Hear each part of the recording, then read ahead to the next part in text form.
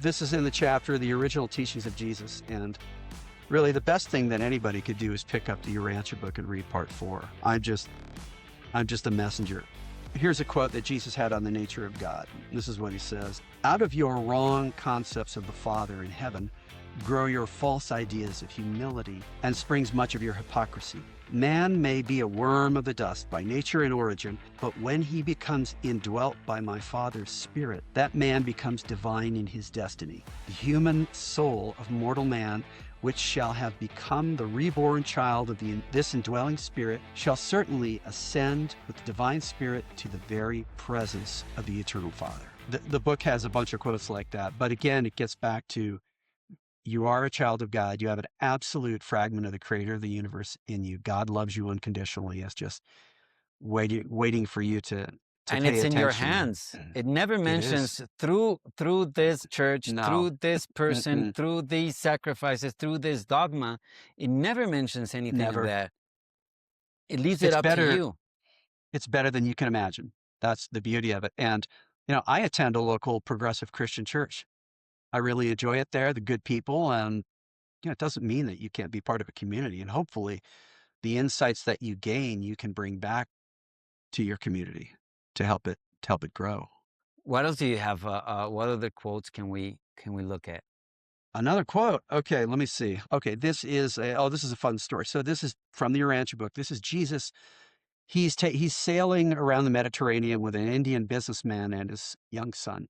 And the boat is there. I think the steering paddle broke on the boat. So they're staying in port for a while. And Jesus is a skilled craftsman. And so he goes down to the workers who are working on the paddle in the boat. And one of them is complaining about his boss, that his boss is unfair, unkind. And this is what Jesus says to him: "Since you know the ways of kindness and value justice, perhaps the gods have brought this erring man near that you may lead him into the better way. Maybe you are the salt which is to make this brother more agreeable to all other men. That is, if you have not lost your savor. It is a marvelous and transforming experience to become the living channel of spiritual light to the mortal who sits in spiritual darkness." Many times we're a conduit of God in this, and the Mm. more that we uh advance in our spiritual path, the Mm-hmm. more that we do without ego and align Mm-hmm. ourselves. And I think that's the most important thing. It's to kill our ego, to leave it aside. Then you become this vessel, or this Mm-hmm. tool, for a divine Mm-hmm. purpose. And I like that here. And many people might say, okay, why is he talking about gods in the plural? What does he mean? And I believe that this is, the divine agencies, because one of the things that I like about the Urantia book is that it's not that God is over there just doing everything, but Mm-hmm. God created a universe and modeled it in a way that we all contribute. We're all part of it. We're all administrators in a way of this universe. And it's not Mm-hmm. only human beings, it's different types of beings that are all around us. So once you start looking at this, and there's agencies, and there's people, not only Mm-hmm. people but beings that you can support yourself with, which is, I think that's another topic. But how a Yeah. friendly universe it is, but Mm-hmm. how everybody is working towards this idea of which I love this concept. And maybe that's another podcast that we're Mm-hmm. going to do about the supreme. Probably. I love, I mean, the Yeah. concept of the supreme is Mm-hmm. so mind-boggling, because it's not that, God has his personality, we all have our Mm-hmm. personality, but there's this, unfoldment of this huge not super personality, but Mm-hmm. the organ, let's say, of the universe itself is within all of us, even Mm-hmm. God. So I mean, we're part of this God, the supreme. So I love this concept. It is, and the man that Jesus was talking to believed in multiple gods, from the Roman hierarchy. Okay. So I think that's why Jesus probably phrased it the way he did. He didn't try to rip away Exactly. what That's it. but he built on that and helped, and I mean, ultimately, if you have to understand that we were talking about this earlier, that our understanding of God is only relative and limited right now. I have a certain understanding, but I had a different understanding a year ago, or maybe even yesterday. And God just is able to reveal more of himself over time. And that's why Jesus is just the perfect revelation of the Father, that he is the Father incarnate. And that was, that was part of the purpose. Because we are incapable of really understanding the infinite God without the lens of Jesus. There is Definitely. there's no way we're gonna understand that. And once you understand him more, then you can improve your relations with him. Definitely, definitely. I like it. I like it. I like it. So I mean, a couple more essays do you have there from so people can understand his nature? Let me I mean, not see. essays, quotes, sorry. I want to give you Okay, want you to give me an essay. I will no, I'll read something from the book. Sure. Okay, so this is in the chapter, The Original Teachings of Jesus, and I say, God gives us his infinite love. Our Father is open and generous and does not hold back anything that we are ready for and can benefit from. The only limitation is our willingness to follow him and our capacity to benefit from his presence and other spiritual blessings. So it's all based on our will and our readiness for things. He's not going to give us something that we can't even perceive. And Definitely. often the Definitely. spiritual blessings are only possible as you grow. Um, his presence and other spiritual blessings. Yeah, I read that. Oh, sorry. God does not condone sin and won't tolerate rebellion, but is always looking for ways to help us wake up and grow. It all starts with the gift of faith. So it's those moments of transcending, like you said, the ego and being willing to follow God in a way. And think of it this way: so because of the totalitarianism of the medieval church, because of the control, that tradition went forward more and more into our own times. So people felt constricted and mistaught, confused, and they left. A lot of them left and rebelled. Okay. But just imagine if you have a God that is the opposite of that. That's completely enabling. So if you look at a lot of the New Age stuff or New Thought or new movements, if you look at alternative social groups to Christianity, many of the things that they're looking for and they value are only possible with God. So you're looking at these values, you call them the fruits of the Spirit: being kind to others, self forgetful, being a servant leader, you name it, being aligned, having vision, being sustainable, all of that. It's only possible with God illuminating you, because otherwise you are merely reacting to the world, you're reacting to people around you, and you're reacting to your internal urges and leadings. And Yeah, if there's no that's all you're compass. reacting to, you're just a material thing. You are completely dependent on the environment. But if you have the true religion of Jesus, then you've got a pathway. You have an open doorway to experience God direct. The religion of Jesus is not his original religion. Doesn't even focus on him in any way. It's all pointing upward to the Father. And also, Jesus teaches that there's an absolute fragment of the Creator in you.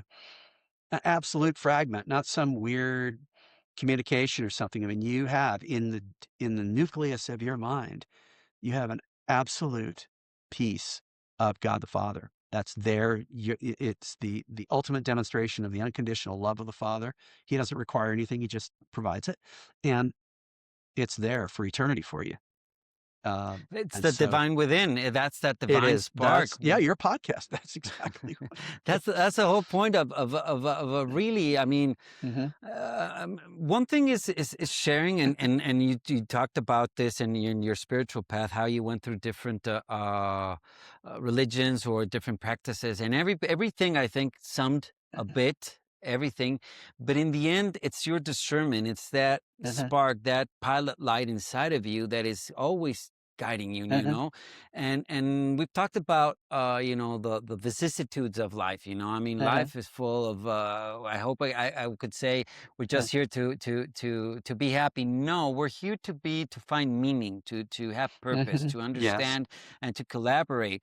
Happiness is a byproduct, of course. We all love it, but we have to go beyond that. We have to be, we have to have the courage that Hmm. even though we're going through bad situations that we all do, you, what happened afterwards? What did that bad Mhm. situation do? Did it destroy you? Did it change you? Did it make you, Mhm. resentful, evil?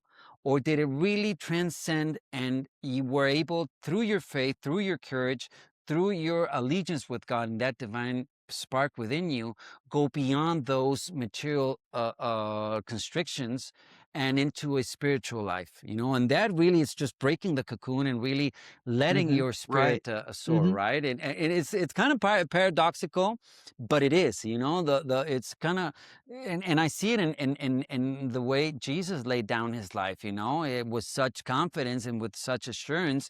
And even though it was a tragic life, I mean, a Uh-huh. tragic death, he went through it so dignified, so Mhm. valiantly that it transcends. So anytime, I mean, that is for us in this planet to have as a guide. That's why I always say, let's have that symbol of the cross that Jesus showed us, that we can all Uh-huh. go beyond our own cross, go beyond our own Right. limitations and our own sufferings, right? Yeah, and the cross is the meaning of the cross is really it's the ultimate act of love. It's the Yeah, triumph of love over all of that. It is the representation of the unconditional love of the Father. Just in every way, he never got angry at anyone. He never lashed out at anyone. He was only focused on trying to help them, even as executioners through this whole, and he never doubted God ever. Now there was near the end where he says, my God, where have you, why have you forsaken me?" And that's he was delirious at the time, and he was just reciting some Old Testament lines. But his life was one of self-forgetful, loving service. And you think about, well, what is the religion of Jesus? If they yeah, made a religion about him, about focusing on his death and resurrection and all of that. But what did he actually teach? And we know he taught, you know, God is your father. We're all brothers and sisters. And through faith, you can know this experience and you can discover the will of God. And in so doing the will of God, you're growing. That's your ticket to eternal existence. And the focus is God the Father, completely focusing on God. And a lot of people say, well, I can't say Father, whatever word the name of God is unimportant. The idea is that God is a self conscious, loving being who is the creator, upholder, and protector of the universe and your very soul. That's the most important thing. Whether you want to think of God as father or mother, it's up to you. Um, yeah. Which is but I beautiful, I and like it is. each one has a his own way Hmm. of viewing that, and I've always seen that's what makes us brothers. If you have brothers or sisters, Hmm. you can always see that relationship with your parents. You're all Hmm. sons and daughters of that mother and Right. father, but each Hmm. one of you has a very unique relationship with those parents, and I as a father can see that, and there's no better experience in life, I think, that Uh-huh. to serve and to bring life Uh-huh. and to make sure that Uh-huh. and when you try to get the traits from Jesus, and that loving father that he presented, and try to act that way with your children, you're going to be fallible. It's not going to always going to be Yeah, easy, but absolutely. at least Right. you have a Hmm. model, right? It Yeah, is, and it gets back to security, and that's where you're either going to get your security from the walled compound, yeah, or you're gonna you're gonna come to Jesus directly and maybe go into that community and improve it. But always there's times life is uncertain. You can't predict what's going to happen. You're going to have failures. You're going to have times when everything is stripped away from you, everything. And if you can dig deep and connect with God, that's going to be the best way to move forward to a better life definitely. at all the time. And Jesus taught a religion of loving, self-forgetful service to others. That is the focus too, and that's his ultimate commandment, not merely to love as you would have someone love you, but love everyone as Jesus would love them, which is namely as a loving divine parent. Unconditional parental love. That's what he taught. And that is the emulation as best we can of the nature of God the Father. Yeah. And you make it seem so easy, Chris, but it is. You know, I No, mean, it's not it's easy. just our It's easy to willingness. understand. It's easy to understand. Exactly, exactly, exactly. Yeah, But yeah. it's I like the and I always mention this when I get the chance. You know, Mhm, what Michelangelo did with the Sistine Chapel. That you always see God as his fingers fully extended, and it's mhm. man's finger that it's just kind of in that Right, metal. Should I stretch it or not? So it's right. always God is always pointing. It's there. Yes, he It's is, he just is. Yeah. us Mhm, that have to, stretch your finger. That's so simple, but it is hard. But it's an interesting path, and I can, but before we leave, and I'm going to give uh-huh. you some, just to Sure. sum up Mhm. of some of the concepts, and tell us about the launch of your book and everything, because it's Sure. just Mhm, coming out. So mhm, I mean, everything that our audience can take from this, it's a personal path, it's a one-on-one mhm, relationship with God, it's a collaborative path as well, because we mhm, share. I mean, that's when we compare and contrast, and when we find, when we see that love. And I like this, the circuit. I've mentioned this a lot before as uh-huh, well, that the love of God returns to God when he gives it to us, and then uh-huh, we in our part share, and we do God good and love our brethren, then the circuit closes, right? It's not that, mm. oh, I'm just going to worship God. Yes, we worship God, but we serve him, and we Oh, I return love that that. love that I he love gives that. him Yeah. Mhm, through service to our brethren. So always think about that when you go into your path. mhm, It's not going to be easy, but it's going to be fulfilling. And once you go beyond that, and you know that you got that acumen, that spiritual acumen, mhm, then you're going to be powerful in a way that you will never feel fear like sometimes we do, mhm. or being away from that loving Father. So, Chris, tell us about your book. Where can we find it? I mean, just give us all the Sure. lowdown, and you've given us some messages of what this all means. And if we can, before we go, can you sum it up all up in what would Jesus do in a way, or say? Oh, well, I think Jesus would encourage you to, honor the very gifts that God gave you, which is free will, which is the free will to, search for the truth and act on the truth. That's ultimately it. And, to move toward the light and be unafraid of what God has for you. Remember, throughout all human history, there are always men and women who like to control other people, like to feel special, and to build those walled compounds. But the life that Jesus taught is one of spiritual freedom, of Yeah, going on that adventure. And I encourage you to take that adventure. It'll open up a life that you cannot imagine. definitely, It's astounding. Whatever you're going through, he's got a new definitely, life for you. definitely, definitely. So, where can we find your book, Chris? Yeah. It's already out. So the ebook and the audiobook are already out on Amazon. You can get them on Amazon or Audible. But then the print book is going And to by be the on way, we're gonna share Amazon these soon. links here in the podcast. We're gonna share these links so you can Yes. click and you go directly. No Hmm. worries, and no need. You can Yeah. go straight to his work. Yeah. Yeah. If you go to my website, findmynewlife.com, that's findmynewlife.com. On the front page, there's a link to the book, and then it'll bring you, there's a book trailer, and there are links to everything that you could Awesome. want about it. But yeah, the print book, this is the test copy, turned out well, which is good. And then it'll be, sometimes when you're working on the computer, you're just not sure what it's gonna. And Gary Tong thank you, Gary. He did the, uh, the cover, amazing artist, but it will be out May the 14th. Awesome. Awesome. Yep, Which is it'll be there. basically a couple of weeks. So it's gonna be Yeah.